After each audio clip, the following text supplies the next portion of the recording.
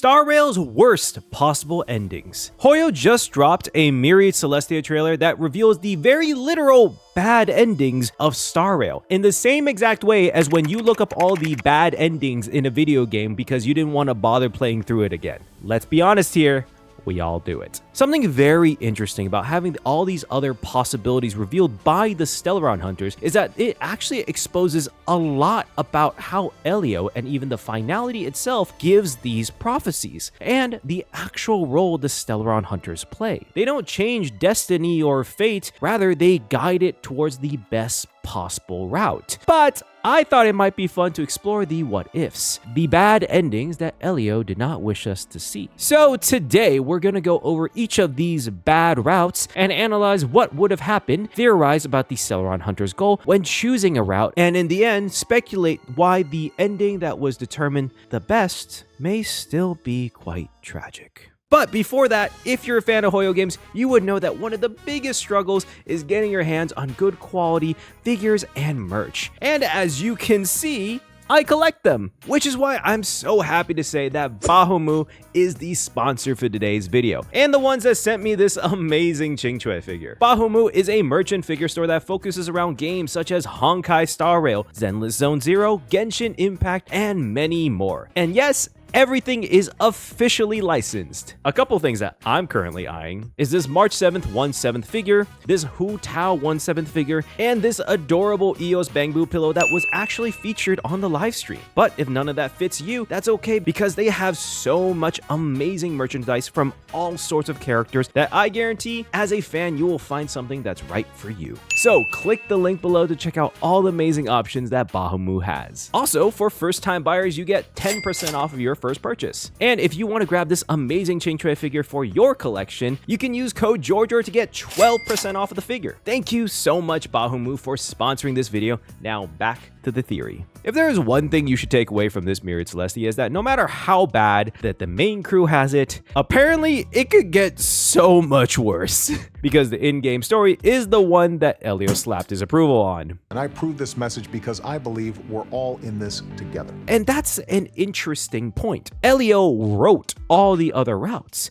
and they chose to bend towards this one, which means that this is the route that furthers the Stellaron Hunters' goals. The way I say it does kind of make it sound a little bit devious, but the more we actually learn about the Stellaron Hunters, the more it's kind of implied that they play a somewhat anti-hero-like role. It's shown throughout the trailer and honestly throughout the last few times we saw them that their goal is at the very least to guide the Trailblaze to the best possible outcome. In fact, I've even made a theory that AEON's final plan is to send the MC to become the next AEON of Trailblaze. But for what reason? Why is the Trailblaze so important to the Stellaron Hunters? Well, based on this trailer, they want to avoid the finality of the universe, and seems like they openly oppose the destruction, which may be the reason why AEON is guiding the Astral Express's trail, as the Lord Ravagers even stated, "But who could say that Akavili on a new journey won't bring another salvation?"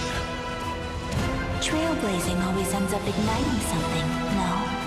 And the reason why I say that it's not just the destruction is because Kafka mentioned the 4 paths that will lead to finality: the destruction, the harmony, the nihility, and an unknown one. Keep note of the unknown one because that will be important later in this video when we're talking about the best possible outcome and why it still has a cost. But notice that the Stellaron Hunters really only appear when one of those paths are involved. They specifically guided the Express to take out Fantilia and now Iron Tomb, and keep in mind the name of the faction, Stellaron Hunters. They steal the cancers of the universe, which by the way was the original reason the Astral Express stopped functioning. The Stellaron Hunters literally could be cleaning up the Stellarons that may later affect the Silver Rails. And they played a much more front and center role on Penacony, a planet of harmony that had a Stellaron and an emanator of nihility on there. Now, there haven't been enough worlds that we visited to call this concrete, but there may be a beginning of a pattern here. So it's reasonable to assume that the best possible routes are the ones that will lead the Trailblaze to counter the finality brought by these paths. Which now brings us to all of the bad endings or alternative endings. Because knowing what shouldn't happen can reveal to us about the important factors about what should happen. I'm not sure how many people noticed this, but all of the planets and routes that were shown in the Myriad Celestia were the options you actually get in 2.2 when selecting the destination in Enna's dream, with the one exception of Edostar, which I'll let you do with that information as you will. Starting with the first route, which is if the Astral Express traveled to Lusaka instead of Amphoreus. Out of all of the possibilities, this one actually seems like the most pleasant, at least for like a little bit. The Express crew will get a well-deserved, actual peaceful trip to the ocean planet of Lusaka and probably meet like Jack Sparrow or the Straw Hats, having a relaxed time on their cruise like Sea Adventure. But due to missing Amphoreus in a few years, it gave the Remembrance the chance to actually break in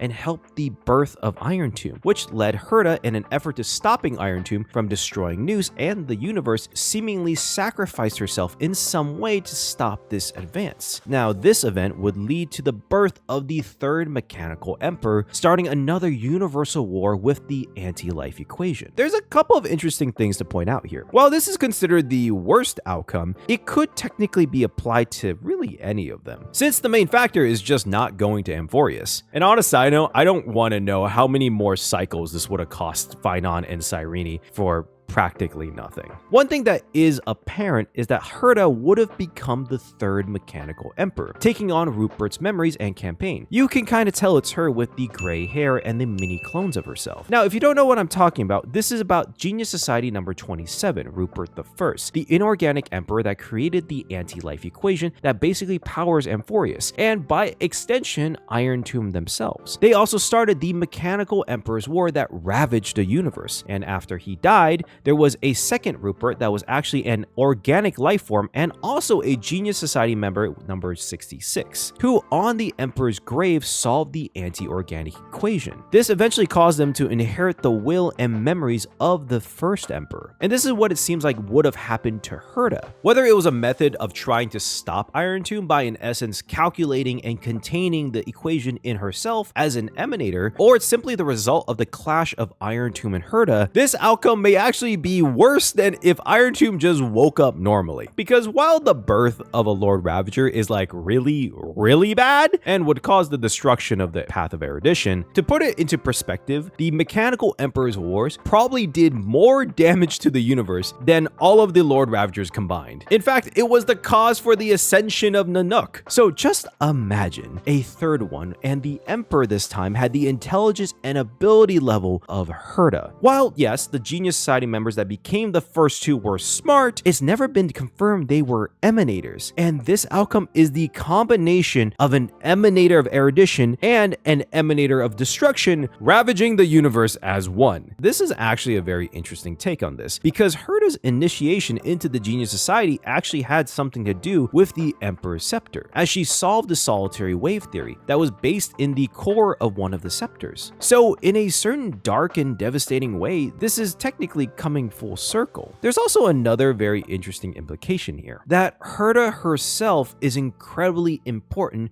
to the correct path in the long term. While yes, this may simply be referring to this particular scenario, that she will meet her end in this way, becoming the third emperor, but at the same time, it also suggests that Herta shouldn't die at all and will play a bigger role in the future for the Trailblaze. I'm also quite curious in this scenario what happened to Skrullum, as his story and planet is deeply connected to the Mechanical Emperors. In this second route, the Astral Express goes to the agate world of Melistonin, one of the initial sites of the Stellaron disaster and the place where Adrilla the Beauty ascended. In that world, they will run into Selenova. It's not really explained what happens after, but probably nothing good. And for some reason, this decision would lead to the Xianzhou Alliance straying away from the Trailblaze, implying that Jinglu ascends as a Lord Ravager and revives the propagation to attempt to end the war against the Abundance. Starting with the agate world and then running into Selenova, Celanova. It's currently theorized that Celanova is the only Lord Ravager that knows the truth of the Stellarons, and she might actually be the one planting them. The fact that she's in the Agate world where the first Stellaron disaster happened may mean that Melastonin is where the Stellarons are produced. In a weird way, this might actually tie to Adrila's ascension, as they ascended by observing and embodying the ultimate meaning of existence itself, as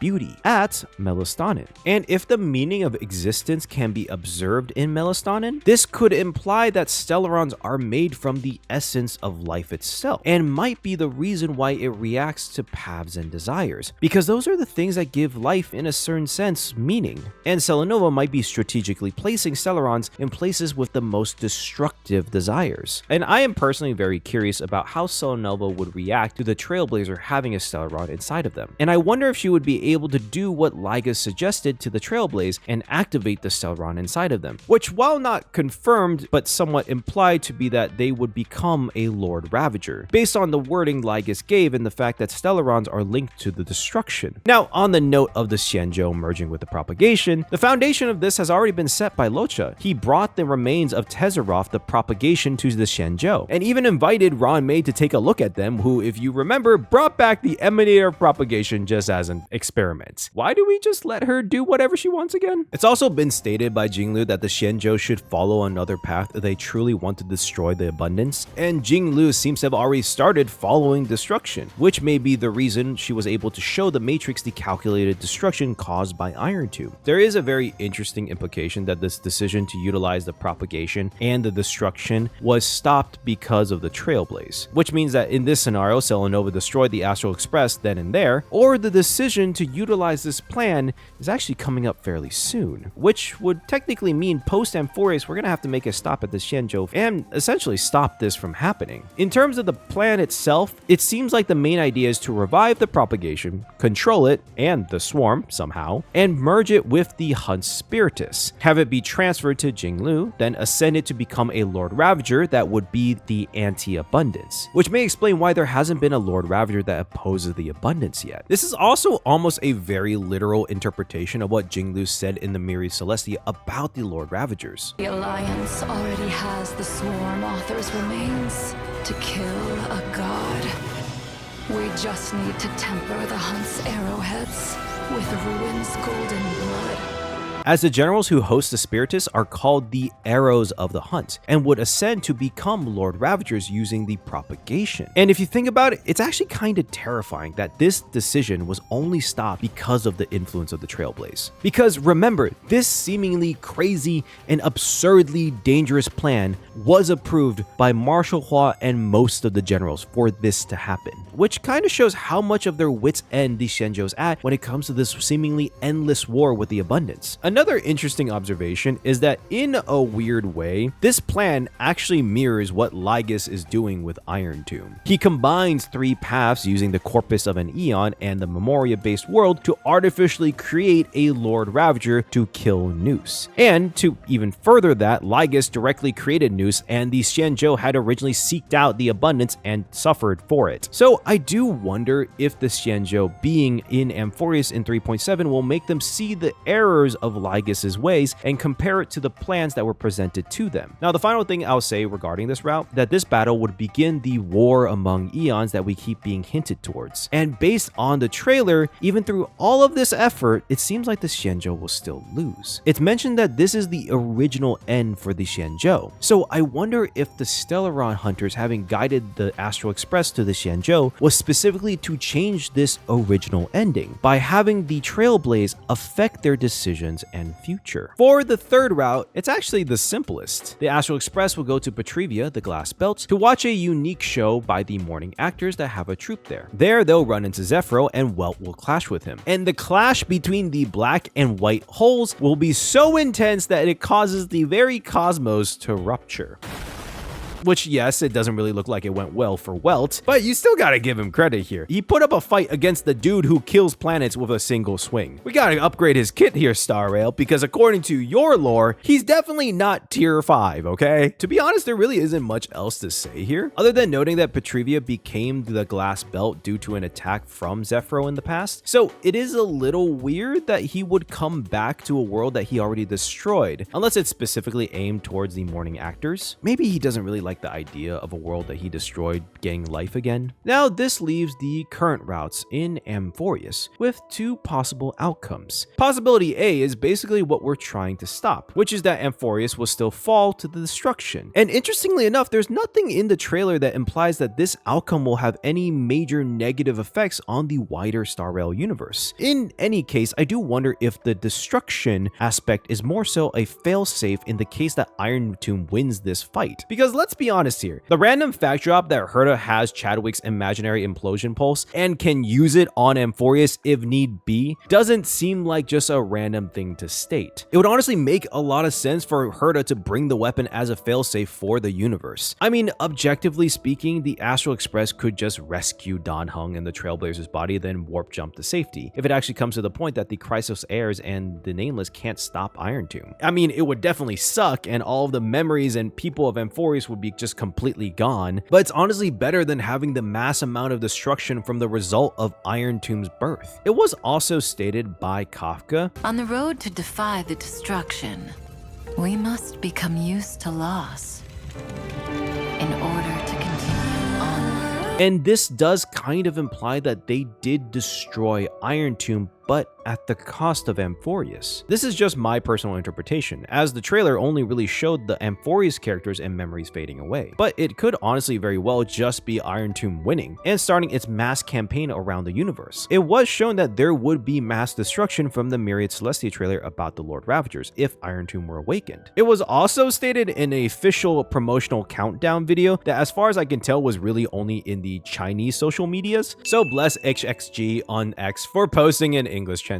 And shout out to Valerie in the Discord for sharing it in the Theories channel. It was stated by Screwlum here that the birth of Iron Tomb is a moment that was most likely preordained by Noose, which may also explain why the Matrix of Prescience, which was developed based on inspiration from Noose, also isn't able to see Amphoreus' future. Now, there is a key note here that Noose calculating Iron Tomb's birth doesn't immediately equate to Noose calculating their own death. There is still a possibility of Iron Tomb being defeated before it reaches Noose. Although a very interesting and fun story point that could be played here is Noose having preordained their own death, but it was the one time they were ever wrong, as that was the main motivator for Lygus, that Noose can never be wrong, and the irony of Herta being the one to prove that there is a possibility, no matter how small, of Noose being incorrect due to the influences of paths. Now, the last thing I'll mention about this route is that, at least for me, the way Kafka says, Farewells are unavoidable for the Trailblaze, gives me an oddly similar tone to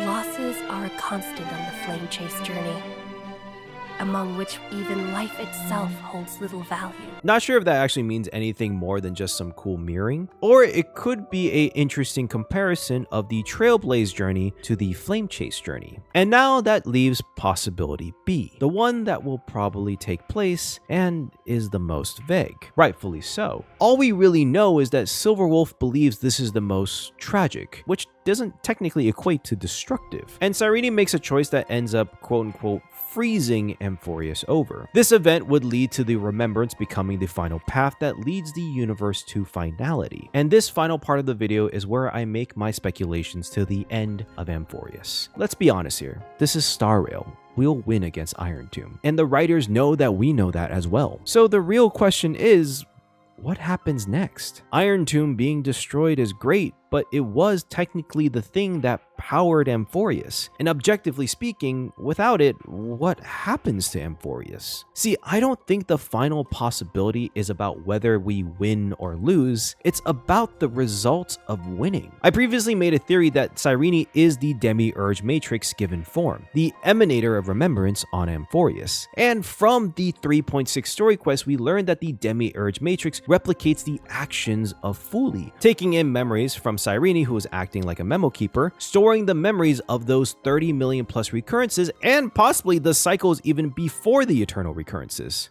So my final theory about the end of Amphoreus, which I'm not gonna lie, makes me a little bit emotional here, is that Cyrene will replicate the final intended action of Fuli to rebuild the destroyed world from memories. That's why at the end of the trailer, it shows her deleting Amphoreus, so she can rebuild a new Amphoreus from the memories that have been collected within her. This may also explain why the Matrix of Prescience doesn't see a future in Amphoreus, because there is no future in the current Amphoreus as it's going to be deleted, and a new Amphoreus will be built from Cyrene's memories. And this, in a somewhat poetic way, makes her the new world-bearing titan of Amphoreus. This act might actually be the reason that the remembrance becomes the final path that leads the universe to finality. The act of recreating the world anew through memories and remembrance was something that was only supposed to happen at the end of the universe. So doing that act prematurely, even in a smaller version, may cause the cosmos to go out of loop, and why the remembrance will become the fourth kind of finality only at the end of time. In terms of that tragedy that was implied by Silverwolf, I personally believe it's going to be that Cyrene isn't going to make it. At least not the one that we know. Maybe there is a version of her that exists in this new Amphoreus made from memories, but I don't think that's going to be the Cyrene we've been with. There's a specific line she says in the 3.7 trailer. Remember me with love